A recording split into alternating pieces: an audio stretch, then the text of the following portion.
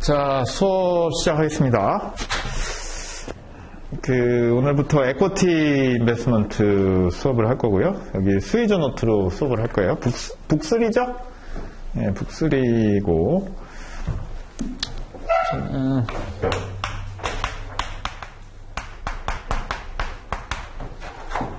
이건석 CFA고요. 저는 한국채권투자운용에 있습니다.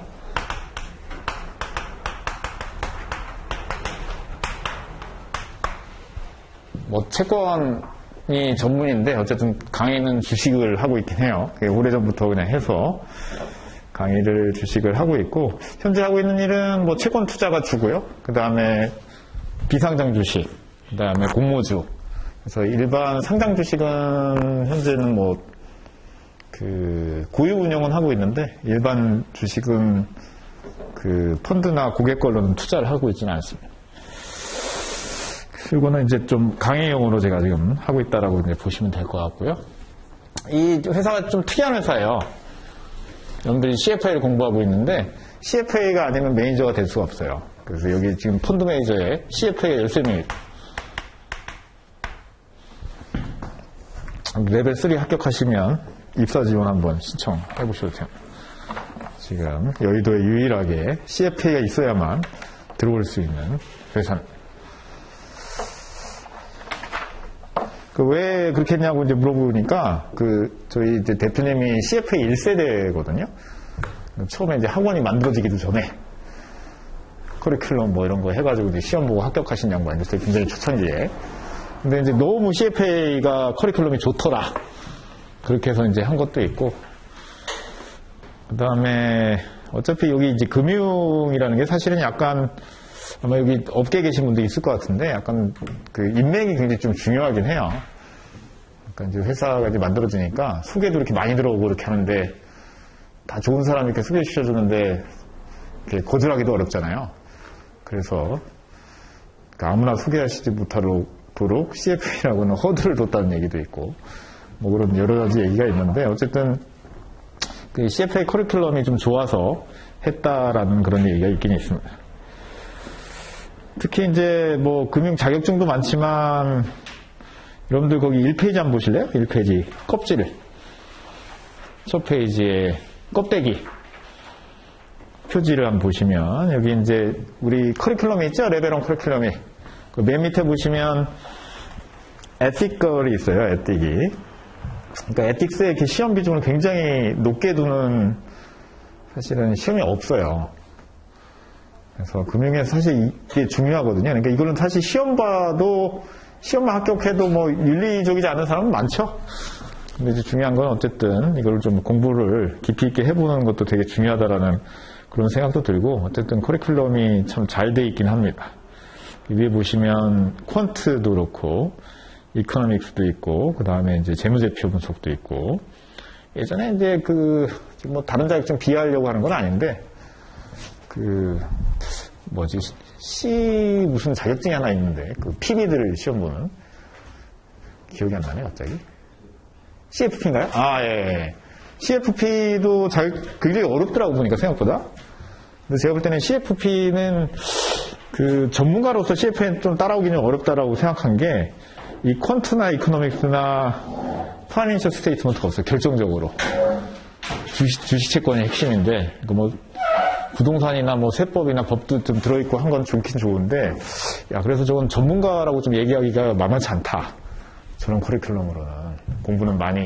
법은 많이 알고 좋긴 좋은데, 그래서 이제 분석 능력이 좀 될 수가 없기 때문에, 그게 좀 어렵지 않냐, 그런 생각이 이제 들었습니다. 비하는 게 아니고, 제가 볼 때는 CFP를 하신 분이라고 하면, 이런 부분을 좀 별도로 좀 공부를 하셔야, 그래야 이제 주식이나 채권이나 증권 분석 능력이 생기거든요. 그런 것들을 이제 한번 생각해 볼 필요가 있다는 생각이 들고요. 어쨌든 CFA 공부하러 오신 여러분들을 환영하는 의미에서 이제 서두 말씀을 드렸습니다.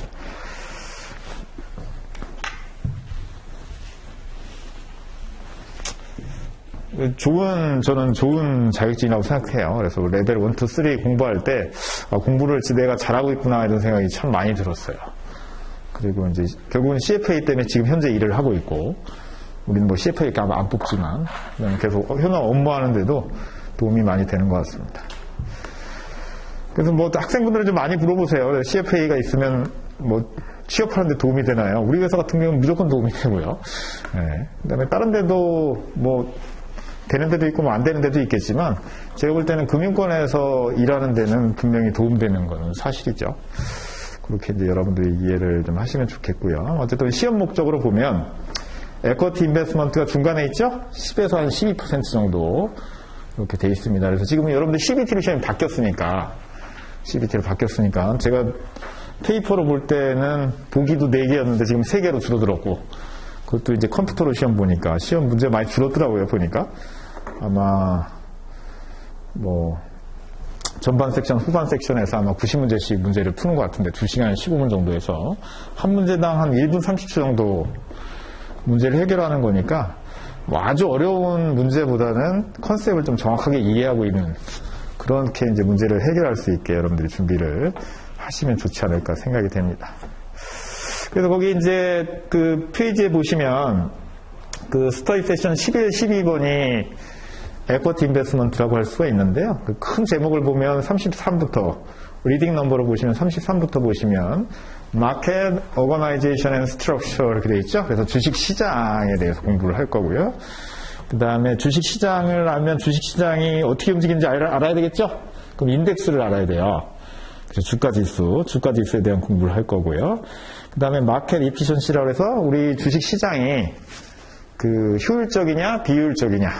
그렇죠? 여기에 따라서 우리 투자 전략이 달라지거든요.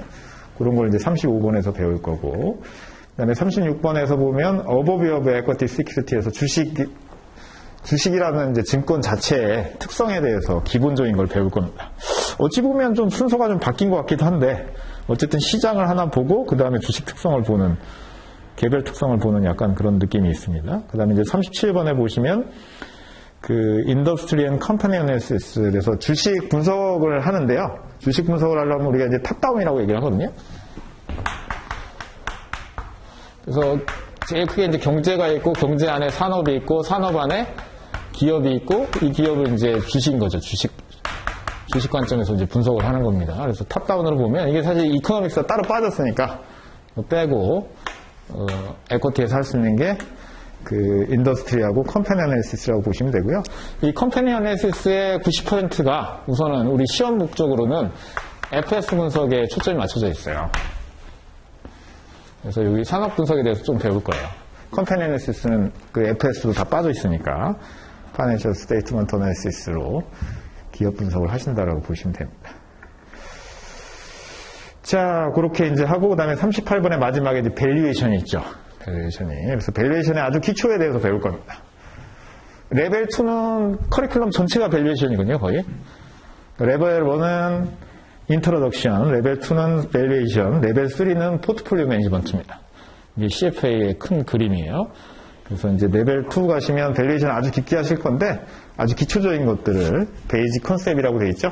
여기서 이제 배운다라고 보시면 되고요. 어쨌든 시험은 많이 나옵니다. 38번에서. 이렇게 이제 보시면 되겠습니다.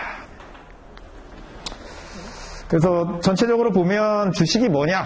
레벨 1이니까 가장 기본적인 걸 배울 거고요. 그 다음에 주식 시장이 어떻게 되어 있냐? 그 주식을 주식시장 가서 사야 될 거 아니에요? 그 주식시장이 어떻게 되어 있는지. 그 다음에 주식을 이제 사려면 주식을 분석을 해야 되거든요. 그래서 우리가 이제 트레이딩을 하는 게 아니라요. 이제 에쿼티라고 썼는데, 인베스트먼트거든요. 트레이딩에서 매매하는 게 아니라 투자하는 거예요. 투자하려면 분석해야 되거든요. 그래서 에쿼티 어널리시스를 어떻게 할 거냐? 요 이제 크게 세 가지가 이제 레벨 1의 탑이다라고 여러분들이 보시면 됩니다. 자, 이제 크게 말씀드렸으니까 어디로 가냐면, 우리 어디서부터 할 거냐면, 159페이지로 가도록 하겠습니다. 159페이지.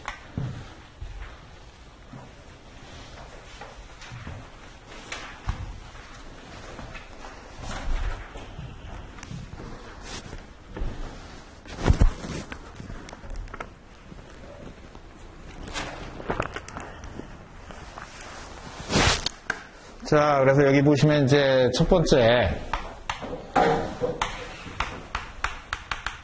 오버뷰라고 되어 있습니다. 오버뷰라고.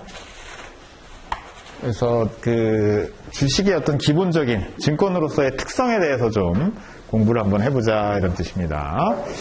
자, 그래서 스웨저 노트가 이제 좋은 게 여기 보면 이제 시험을 뭘 공부해야 되는지 포커스가 정해져 있어요. 그죠?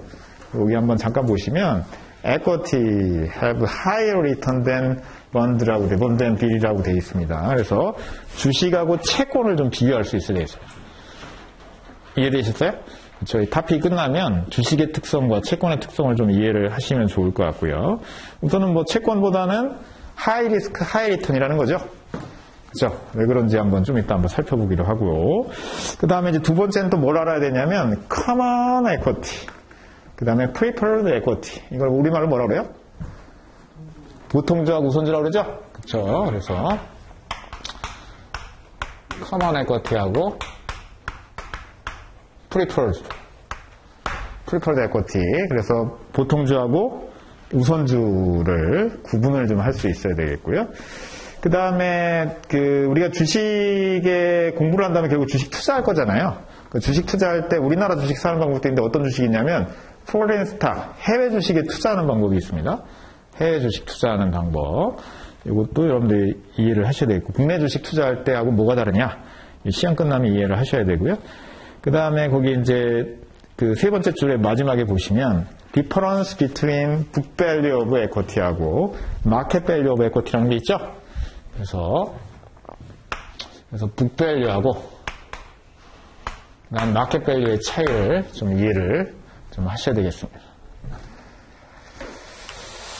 자, 그래서 이게 이 시험이라네. 이 타픽이 끝났을 때 여기에 대한 생각이 머릿속에 좀 떠오르면 시험 문제 맞추는데 지장이 없습니다. 시험 문제 맞추는데 그렇게 이제 이해를 하시면 되겠습니다. 자, 그럼 하나씩 좀 들어가 보면 LOS 36.A 보도록 하겠습니다. 자, describe characteristic of type of equity security 이렇게 되어 있습니다. 그래서 common share와 그 다음에 preferred share를 좀 구분을 한번 해보도록 하죠. 자, 우리가 이제 주식에 대해서 공부를 할 건데 주식에 대해서 이해를 하려면 뭐에 대해서 좀 이해를 해야 되냐면 기업에 대해서 이해를 해야 됩니다. 그쵸? 그래서 기업이 있는데 corporation이 있습니다.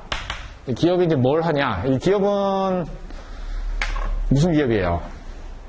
그 일반 사기업, 주식회사죠, 그죠? 주식회사입니다. 그래서 주식회사는 이제 뭘 하냐면 영업을 하죠. 영업을 해서 영업 결과로 이제 뭐가를 발생시키냐면 세일즈, 그죠? 매출. 다른 말로 뭐 레버뉴라고 표현을 하죠. 레버뉴는 세일즈를 발생을 시키고 그 다음에 뭐라 그래요? CGS라고 하죠. 제조업이라고 하면 뭡니까 이게? 원가, 매출 원가. 이 모르면 FS 시간에 배울 거예요. FS를 제가 다 알려드릴 수는 없으니까 좀 크게만 보는 겁니다. 그래서 뭔가 물건을 만약에 제조업이다라 물건을 제조해서 판다라고 하면 그 판 거에 대한 제 원가가 있을 거 아니에요. 그렇죠? 원가가 있을 거고 그 다음에 세일즈 앤 어드민이라고 해서 뭔가 판매 비용이나 관리 비용이 있을 거고 그렇죠. 그래서 예를 들면 이 물을 뭐 만들어서 탄다라고 하면 얘를 만약에 1,000원에 팔면 1,000원이 이제 매출이 되는 거죠. 이렇게 팔았냐 해서. 그 다음에 얘를 사올 때 이 플라스틱 병이나 이거 원재료 사와야 될 거 아니에요. 그런 비용이 있을 거고 그 다음에 이게 뭐 무슨 샘물이다라고 해서 광고도 하고 막 이렇게 해야 되겠죠.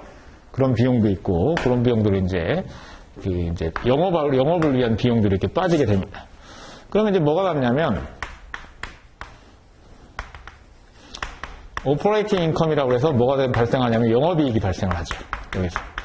이게 뭐냐면 영업활동을 통해서 나온 이익이다 이런 뜻입니다. 그렇죠? 그래서 영업이익이라는 게 나오게 되고 자 그럼 영업이익이 나오면 이게 다 번 돈이 아니라 여기서 이제 뭘 줘야 되냐면 그 돈 빌려온 거 있으면 이자를 줘야 돼요. 그죠? 그래서 인터레스트를 줘야 되고 이자를 줘야 되고 그 다음에 돈을 벌었으니까 정부에 텍스, 세금도 내야 되겠죠. 세금도 내야 되고 뭐 이런 것들 이렇게 빼게 되면 이제 뭐가 남냐라고 보면 이제 넷인컴이라는 게 남죠.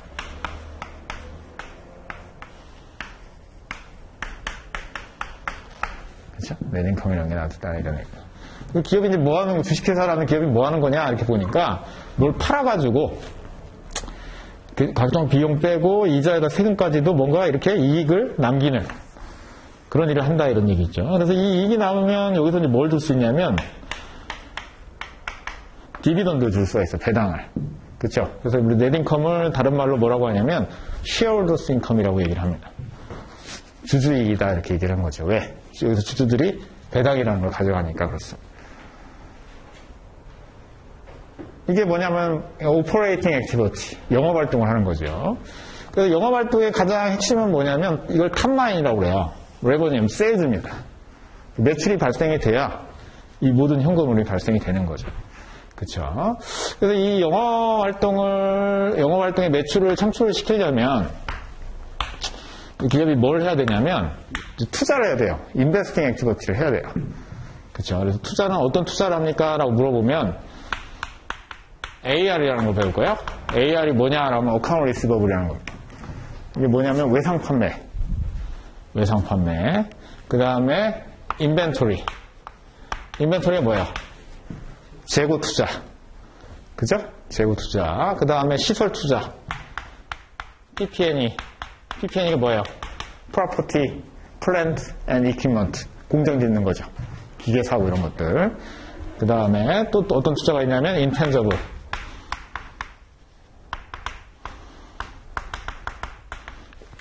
이게 뭐예요? 무형자산 투자. 그렇죠? 요즘에 이게 되게 중요하죠? 무형자산 투자. 형체도 없는 회사들이 가치를 많이 만들어내니까 그런 겁니다. 그래서 이런 투자들을 쭉 해야 돼요. 이 투자 왜 하는 거냐라고 보면 결국은 매출을 만들려고 하는 거예요. 매출을 만들려고. 이해됐어요? 그렇죠? 이게 이제 주력 영업 활동과 관계된 이제 기본적인 투자라고 볼 수가 있는데 이 투자라는 게 결국은 뭐냐라고 하면 이게 돈이거든요. 그렇죠? 저 돈을 이제 결국은 뭐냐 조달을 해와야 돼요. 그래서 파이낸싱이 나오는 거죠 여기서. 그래서 이거를 부채, 라이블리티로 조달을 할 수도 있고 아니면 이쿼티, 자본으로 조달을 할 수도 있다는 얘기예요. 그래서 라이블리티 두 가지가 있어요. 어카운트 페이어블이라고 해서 오퍼레이팅 라이블리티죠. 그렇죠? 영업 쪽에서 생기는 부채입니다. 저게. 어카운트 페이어블이 뭐예요? 우리나라 말로는 매입 채무라는 거죠, 저게. 그죠? 매입 채무라는 거. 그러니까 거래처에서 자금 조달을 하는 거랑 마찬가지예요. 그러니까 재고를 투자를 하려면 돈이 필요한데 재고를 투자하는 방법이 두 개가 있는 거예요. 첫 번째는 뭐냐? 내가 돈을 은행에서 빌려서 재고를 사오는 방법이 있고 두 번째는 거래처에서 외상으로 갖고 오는 방법이 있는 거죠. 이해되셨어요? 그 외상은 갚아야 되니까 라이블리티인데 은행에서 빌려온 건 아니죠? 이자 나가는 것도 아니잖아요. 그죠? 그래서 이것도 이제 부채는 부채입니다. 어쨌든 영업부채라고 얘기를 하는 거고 아니면 좀 전에 첫 번째 방법처럼 그냥 은행에서 돈 빌려다가 사는 방법이 있죠. 그죠? 그러니까 예를 들면 borrowing 이런 겁니다. 그 다음에 아예 은행에서 이렇게 돈을 빌려올 수도 있고 아니면은 채권을 발행할 수 있어요. 이렇게 얘네들은 이제 다른 말로 부채는 부채인데 뭐라고 하냐면 이자 나간 애들 대시라고 그러죠. 대. 이렇게 얘기를 합니다. 어쨌든 얘네들 전체 다 부채예요. 부채. 갚아야 되는 애들. 이렇게 조달을 할 수도 있고. 그 다음에 이제 아니면은 주주들한테 출자를 받는 방법이 있죠. 그게 이제 자본이다 이런 얘기입니다. 주주들한테 아예 이렇게 보면은 출자를 받고 돈을 받고 여기에 대한 증서를 나눠주죠. 그 증서가 뭡니까? 그게 주식입니다. 에코티죠, 그게. 에코티입니다. 상환 의무가 없는.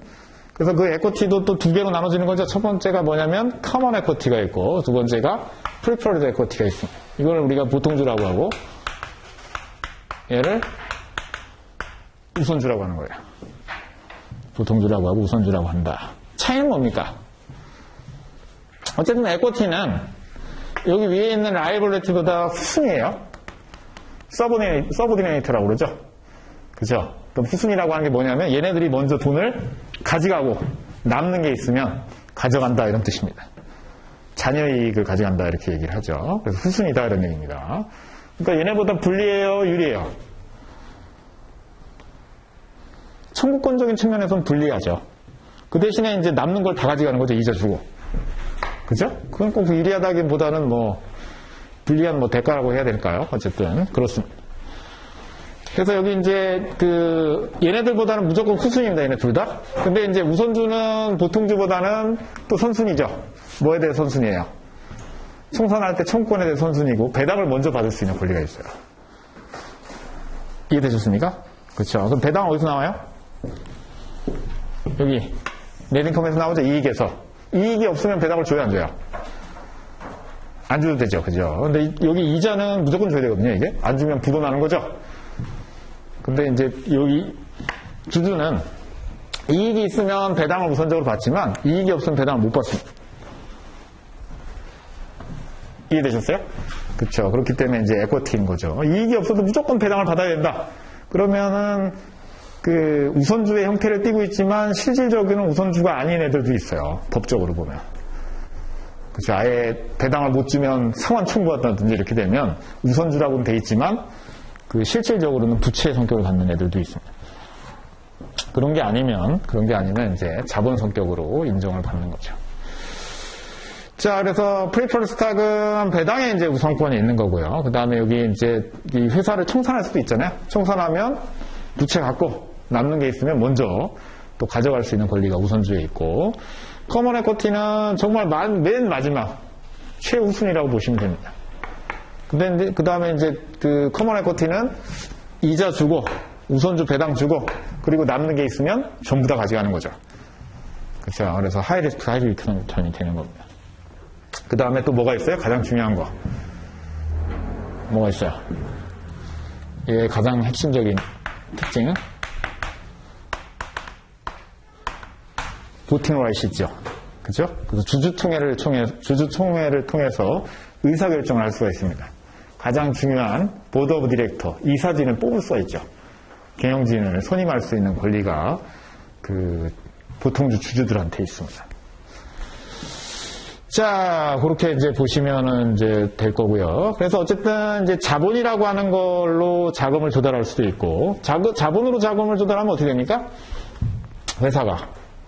얘는 이익이 나지 않으면 상환할 의미도 없죠. 그렇죠? 훨씬 더 안정성을 갖겠죠. 그렇지만 이제 자본이 늘어난다는 건 무슨 뜻이에요? 주주들한테 추가로 투자를 받는다는 거죠? 이해되셨어요? 그러면 이 회사의 실질적인 주인이라고 할 수 있는데 보팅 라이트를 갖고 있으니까 주식이 또 발행이 되면 어떻게 됩니까? 계속 발행이 되면. 어쨌든 이익이 나게 되면 이자하고 그 다음에 우선주 배당을 하고 모든 걸 이제 다 가져갈 수가 있는데, 그쵸? 이해되셨어요? 만약에 100주의 주식이 처음에 있었다. 그럼 내가 100주를 다 가지고 있었으면 내가 다 가져갈 수 있는 거죠? 근데 추가적으로 또 100주가 발행돼서 다른 사람이 가져간다라고 하면 그 이익을 나눠야 되는 거거든요. 그죠? 그러면서 이제 뭐가 발생하냐면 지분 희석이 발생합니다.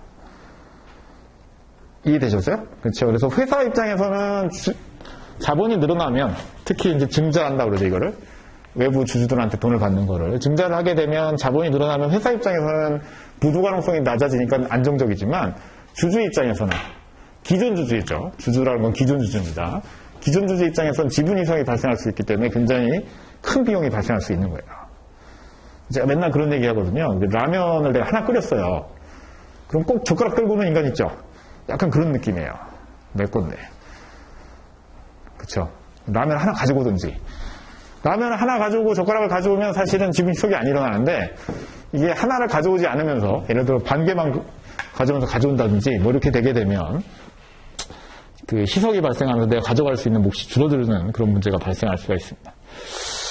자, 그래서 어쨌든 이 자본이라는 것들도 크게 보면 두 개로 나눌 수가 있는데요. 첫 번째가 이제 뭐냐면 좀 전에 주주들한테 돈을 받는 거예요. 이걸 증자한다고 합니다. 이걸 이제 paid in capital이라고 하고요. 캐피탈, 자본을 여기다가 집어넣는다는 얘기죠. 돈을 집어넣고 주식을 받아갑니다. 뭐 우선주 지분을 가져갈 수도 있고 보통주 지분을 가져갈 수도 있고 이게 주주들이 증자한 돈이고요. 그 다음에 두 번째는 뭐냐면 retained earning이라는 게 있습니다.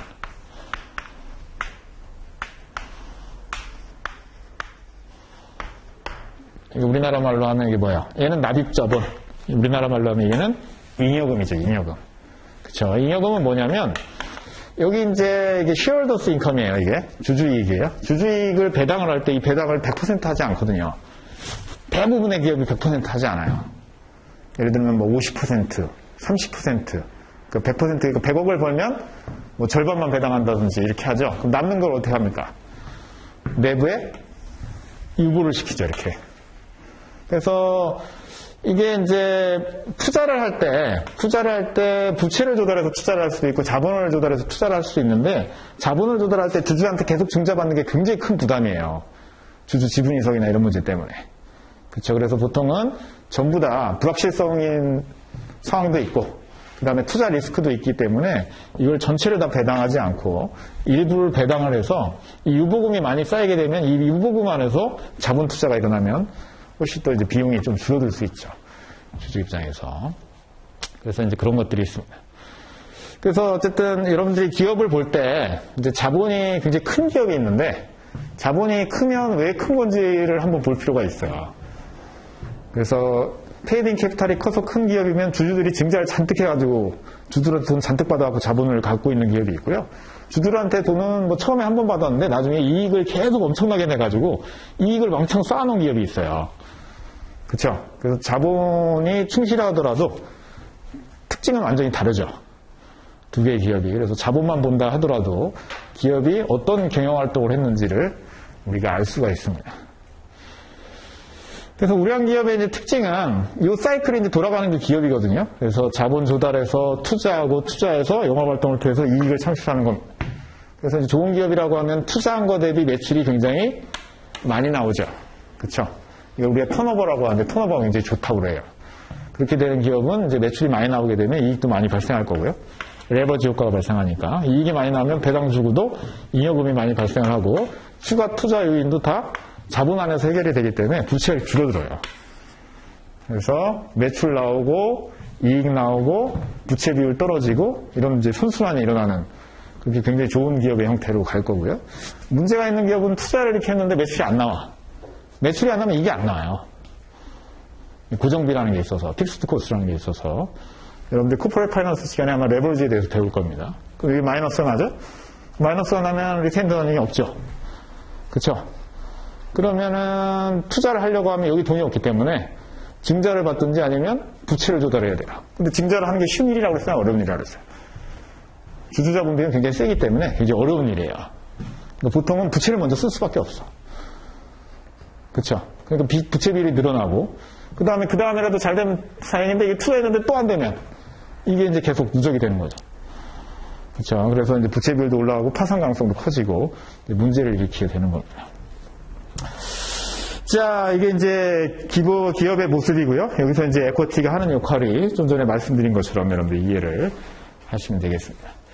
자, 이제 큰 그림은 보여드렸으니까 거기 이제 LOS 36.A 한번 정리해보면 common shares, 보통주죠? 보통주는 뭡니까? 보통주주들이 페이딩 캐피탈을 납입자본을 납입을 하고 그 다음에 받은 증서라고 보시면 됩니다. 얘는 뭐예요?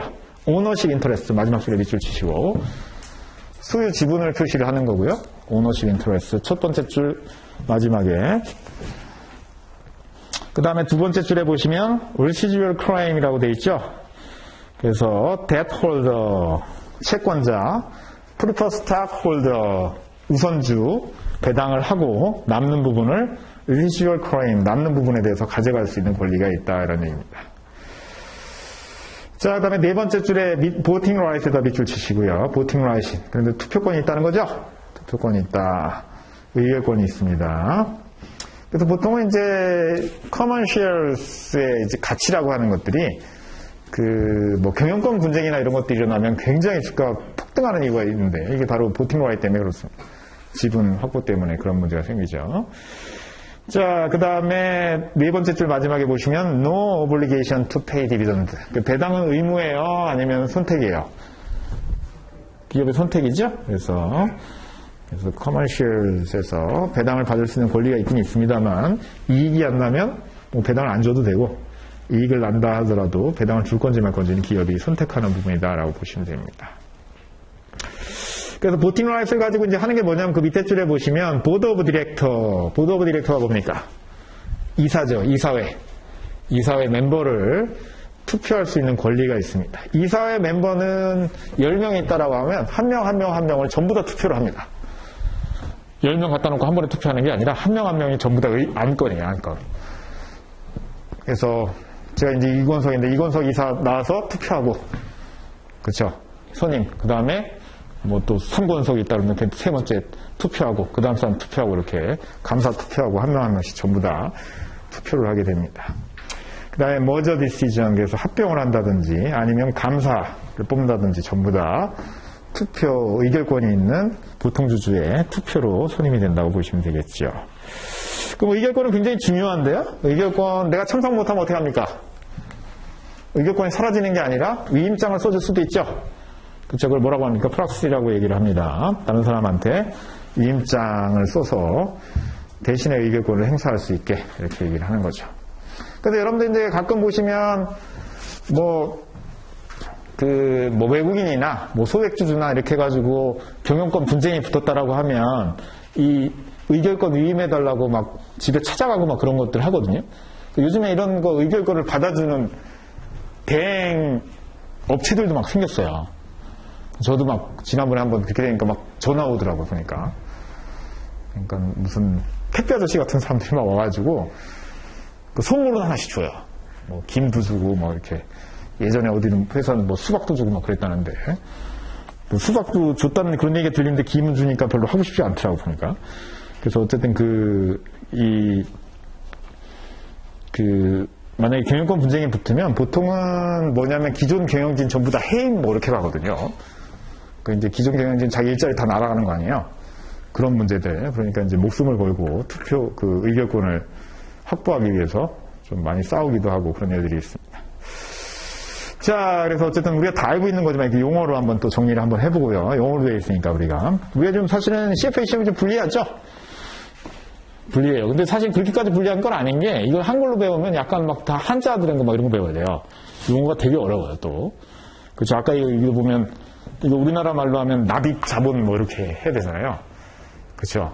뭐 여기 이제 잉여금 뭐 이렇게 했는데 이 안에 뭐 기타 포괄 순익 누계액이라든 뭐 굉장히 어려운 말들 막 있거든요. 어떻게 보면 영어가 더 쉬울 수도 있습니다. 아예 모르면 처음부터 이제 영어로 배우는 것도 나쁜 방법은 아닙니다.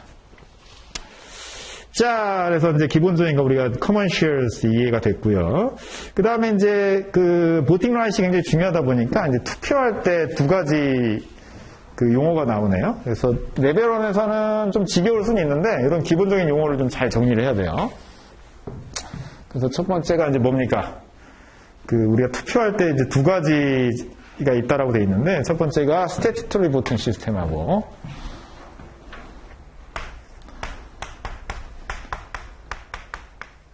그 다음에 두 번째는 뭐예요? 큐뮬러티브 보팅 시스템.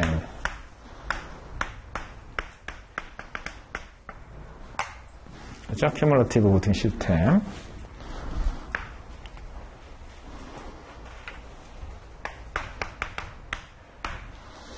그래서 스태튜토리 보팅 시스템을 좀 우리나라 말로 하기가 좀 애매한데 굳이 뭐 번역을 하자면 한 주에 대해서 1의결 뭐 이렇게 한번 써볼게요.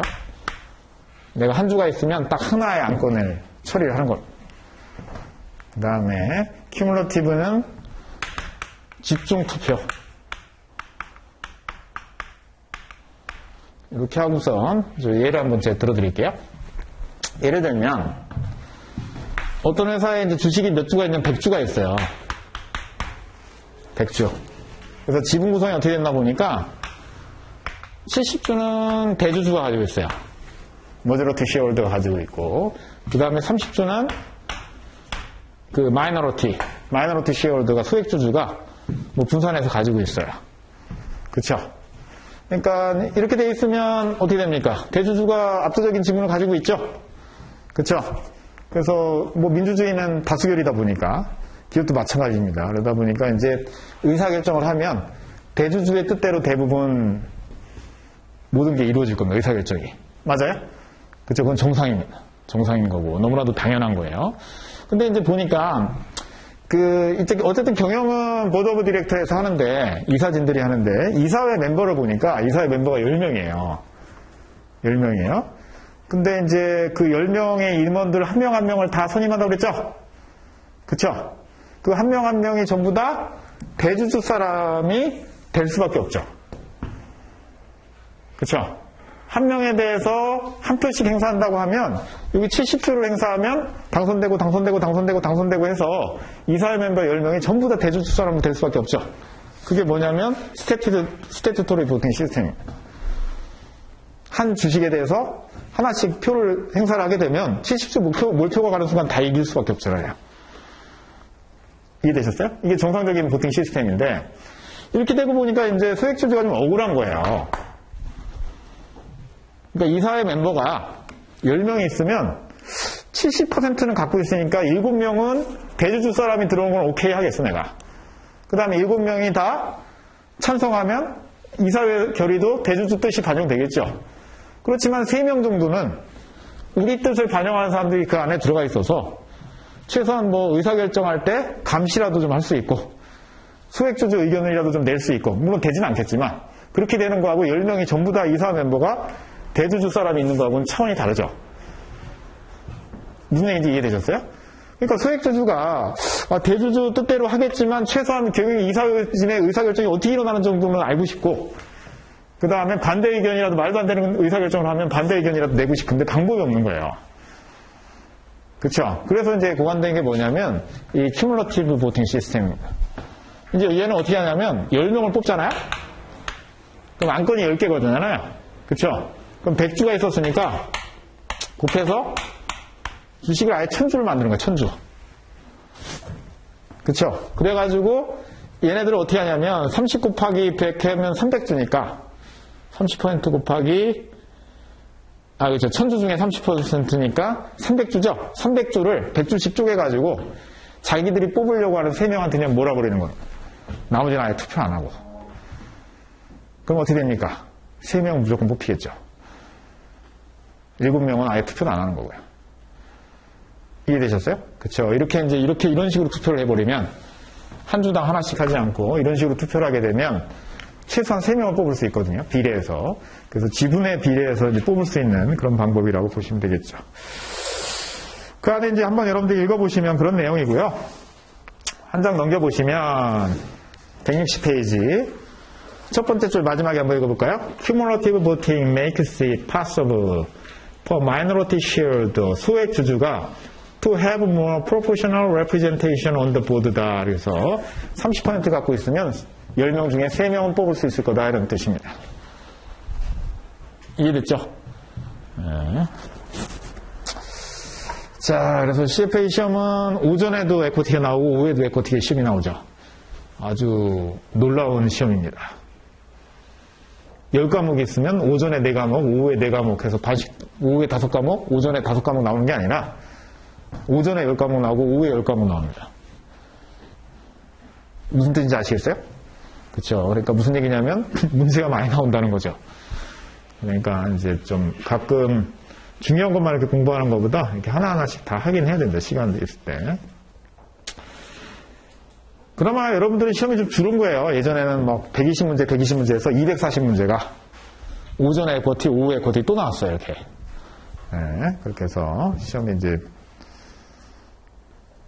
그래서 뭐 한 절반만 공부했는데 공부한 데서만 시험에 나왔네 이렇게 운수 좋아서 합격하는 사람들이 없도록 아예 그냥 오전에 시험을 다 보고 오후에 또 보는 그런 시험입니다. 자, 그 다음에 이제 preference shares 보면 preference share는 보통주죠? 아니 보통주라네 우선주입니다. 우선주. 다른 말로는 preferred stock이라고도 하고 그 다음에 preference shares 이렇게 얘기도 합니다. 그래서 이걸 우선주를 이렇게 표현한다. 자, 그래서 우선주는 뭐에 우선권이 있다고요?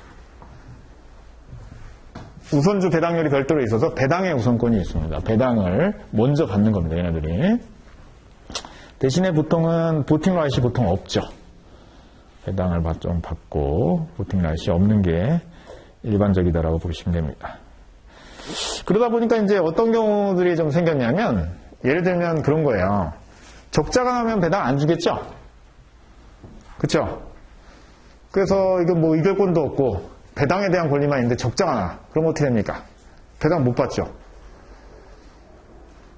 그 다음에 이익이 왕청 났어요. 이익이 왕청 났는데 정해진 배당만 좀 받으면 억울하잖아요. 그쵸. 작년 배당 못 받은 게. 그쵸. 그럼 보통주보다 나을 게 없잖아요. 그래서 이제 나온 게 뭐냐면, cumulative preference share.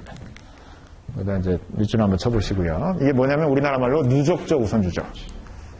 그러니까 못 받은 배당을 누적해서 받을 수 있는 권리를 우리가 cumulative preference share라고 하고요. 이런 권리가 없으면 non-cumulative preference share라고 하죠.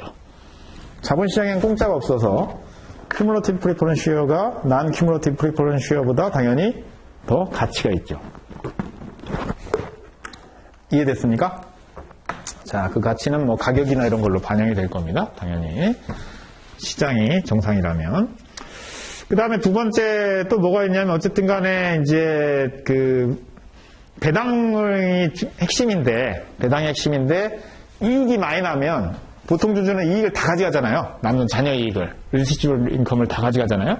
그쵸. 그때 이제 그 우선주주도 어쨌든 채권자도 아니고 내가 그래도 주주인데 그래도 이익 났을 때 조금이라도 더 나도 좀 나눠주면 안 되겠냐? 안 된다. 그게 non-participating preference share고 그래 너도 주주니까 너도 일부 가져가라. 이게 뭐냐면 participating preference share다라고 보시면 됩니다.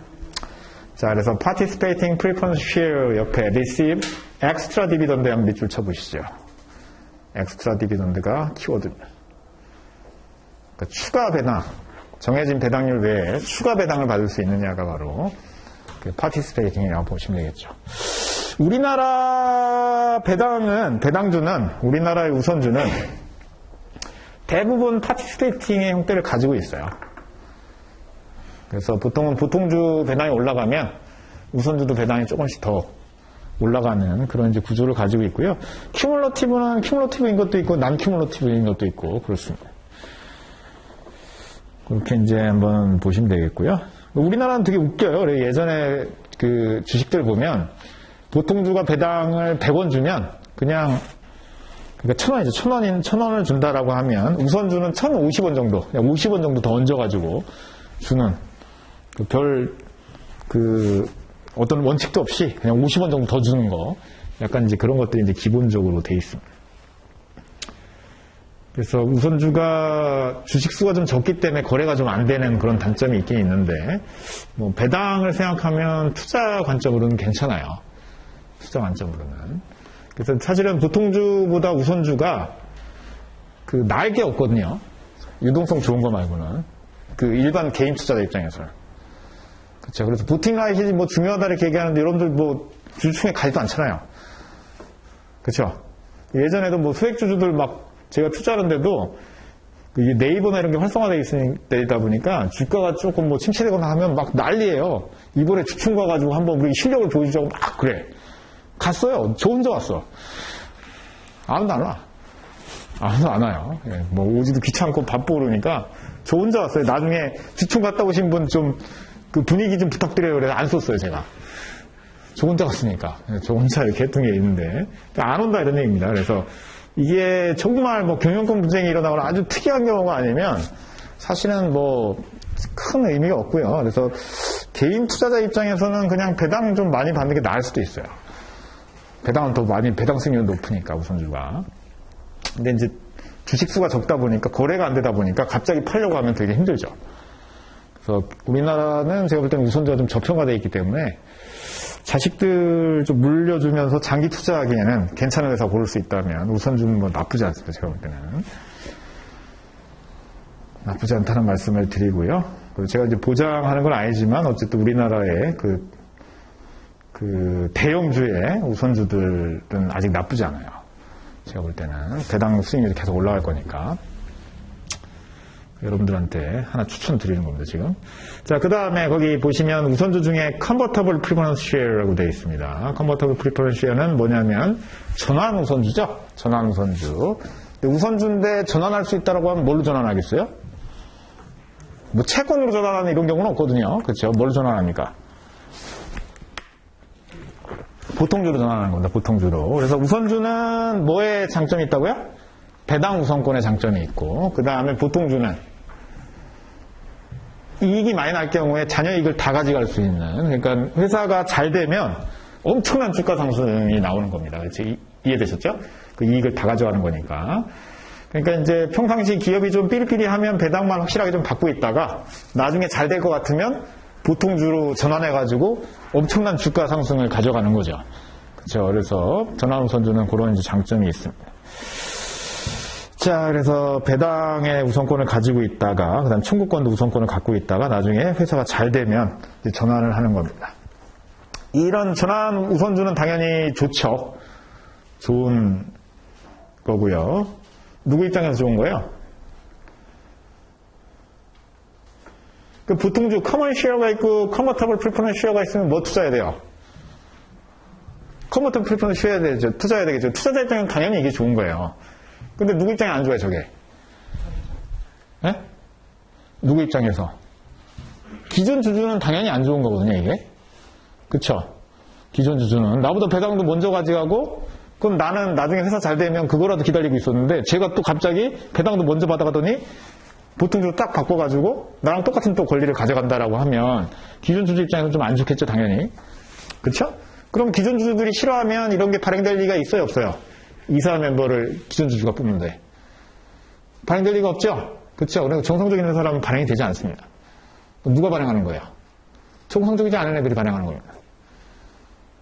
무슨 말인지 이해됐어요? 그러니까 삼성전자가 컨버터블 프리퍼런스 쉐어를 갑자기 발행할 리가 없다. 여러분들이 나중에 이제 컨버터블 본드나 BW 배울 텐데 삼성전자가 갑자기 컨버터블 본드나 BW를 발행할 리가 없다라고 보시면 되겠죠. 왜? 주주들이 싫어하니까. 그럼 누가 발행하는 거예요? 누가? 좀 어려운 회사들이 발행을 하는 겁니다. 쉽게 얘기하면. 그래서 가장 많이는 누가 많이 하냐면 그 맨 밑에 이제 세 줄 보시면 두 번째 줄에 Risky Venture Capital and Private Equity Firm이라고 되어 있죠. 그렇죠? 그래서 벤처 캐피탈 같은 경우에는 자금 조달을 못하면 살 수 있어요, 없어요? 그렇죠? 뭐 지금 투자자가 조금 유리하게 나보다 하냐 마냐가 중요한 게 아니라 자금 못 받으면 망하는 거예요. 그렇죠? 망하면 어떻게 됩니까? 제일 먼저 회사가 망하면 누가 제일 먼저 죽는 거예요? 얘가 죽는 거죠. 후순위니까. 그렇죠? 그러니까 이제 주주 입장에서 투자하겠다는 사람들이 있으면 안 받을 이유가 없는 거죠, 사실은. 그래서 리스키 벤처 캐피탈이나 비상장 회사들, 자금 조달이 급한 회사들이 투자자들한테 유리한 조건을 제시를 하는 겁니다. 투자를 유치하기 위해서 이제 만들어진 그런 옵션들이라고 보시면 되겠죠.